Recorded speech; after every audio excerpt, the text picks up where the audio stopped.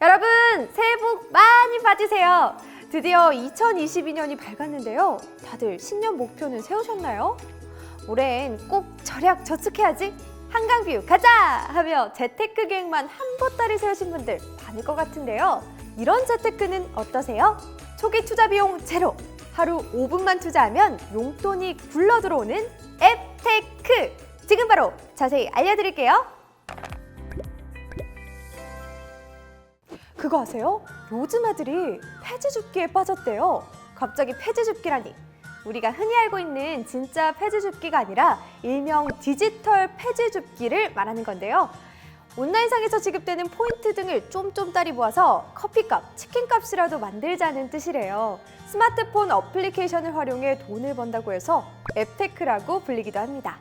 슉! 홈화면을 옆으로 밀고 하루 1만 보를 걷고 영수증을 찍어서 올리는 등 약간의 시간과 노력만 들이면 누구나 언제나 어디서나 돈을 벌 수 있어요.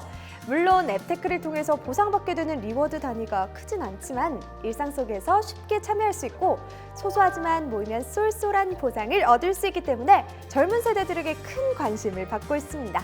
실제로 모바일 인덱스에서 조사한 2021년 8월 라이프스타일 앱 사용량 데이터를 보면요. 10대에서 20대가 가장 많이 사용한 어플로 소액 재테크 앱이 꼽혔어요.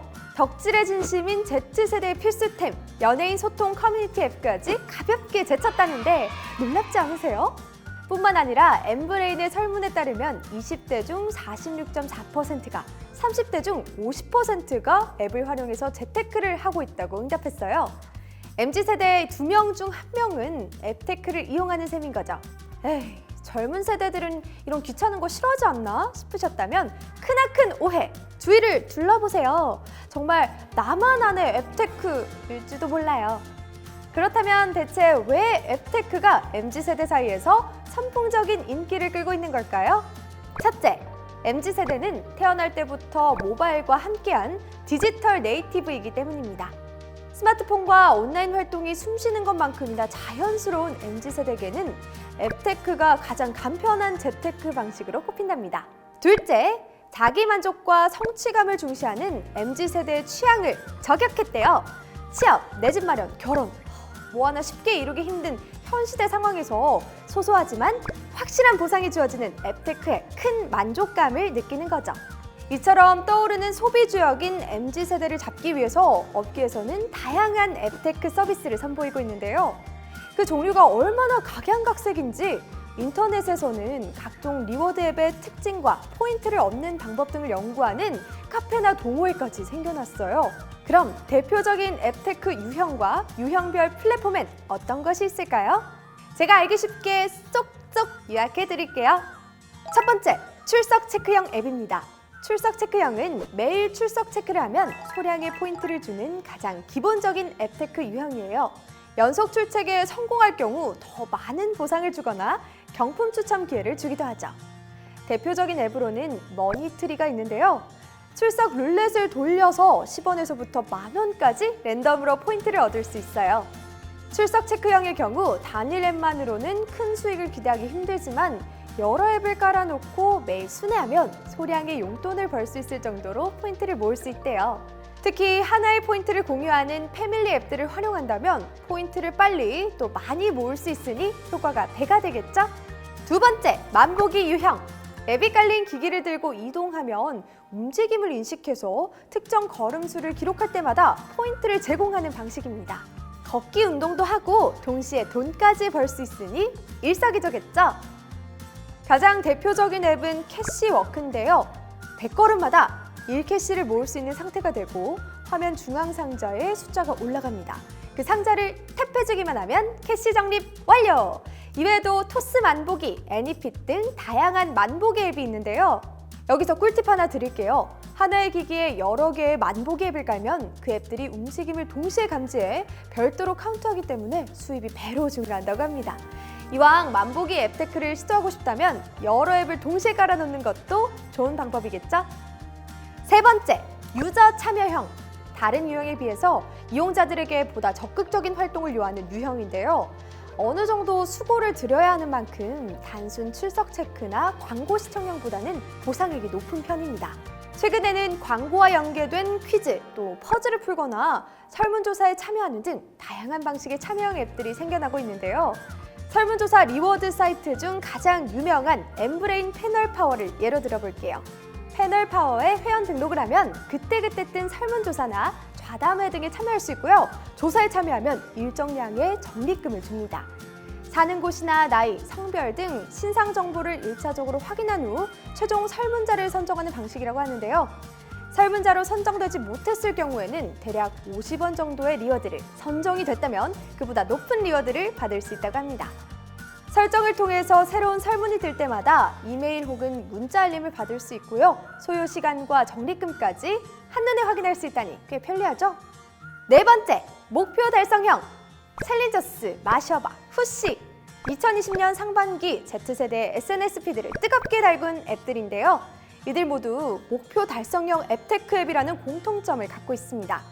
특정한 목표나 미션을 달성했을 때 리워드를 주는 형태죠. 최근 미라클 모닝, 오화운 등 자기 관리에 높은 관심을 갖게 된 MZ세대들로 인해서 떠오르기 시작했다고 합니다. 챌린저스를 예시로 설명해 드릴게요. 우선 주에 책 한 권 읽기 등 특정한 목표를 설정하고 원하는 금액을 겁니다. 그 후 2주간 같은 목표를 선택한 사람들과 함께 이를 수행한 인증샷을 올리는 거예요. 이때 목표 달성률이 85% 이상이면 걸었던 돈을 모두 돌려받을 수 있고요. 100%면 추가 상금까지 받을 수 있답니다. 책도 읽고 돈도 벌고 정말 매력적이지 않나요? 얼핏 유저 참여형과 비슷하다고 생각하실 수 있어요. 그런데 리워드 수급이 유일한 목적이라기보다는 일상 속 개인의 다양한 목표를 실천함과 동시에 재테크까지 할 수 있다는 게 차이점이죠. 자, 이렇게 총 4가지 유형의 리워드 앱을 소개해드렸는데요. 이외에도 잔금 해제를 하면 적립금을 주는 상시 노출형부터 영수증 인증형까지 정말 다양한 방식이 존재하니까 자신에게 맞는 앱을 찾아보세요.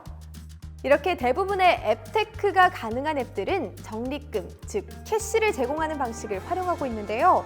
모든 앱에서 캐시를 현금화해주는 건 아닙니다. 그렇다면 대체 쌓인 캐시들을 어떻게 활용할 수 있냐고요? 우선 기프티콘이나 상품권을 구입할 수 있습니다. 최근 캐시를 통해서 기프티콘이나 상품권을 구매할 수 있도록 하는 앱테크 어플이 늘고 있는데요. 이게 직접 현금화를 해주는 앱보다 오히려 좋을 수도 있어요.